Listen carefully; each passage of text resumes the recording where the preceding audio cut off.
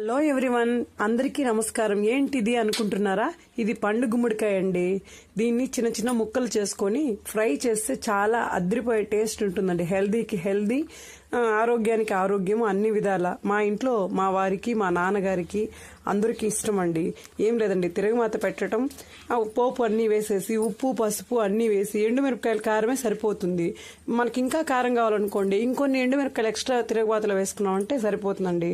ఇష్టమైన వాళ్ళకి మా ఇంట్లో ఎలా అంటే జస్ట్ కొద్దిగా బెల్లం వేస్తామండి చివరగా. మీకు ఇష్టమైతే వేసుకోండి, లేదంటే స్కిప్ చేయండి.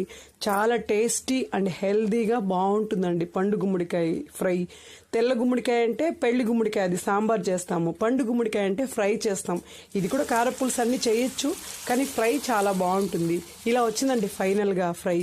మీ అందరికీ నా ఛానల్ నచ్చినట్లయితే లైక్ చేయండి, సబ్స్క్రైబ్ చేయండి మరిన్ని వీడియోస్ కోసం.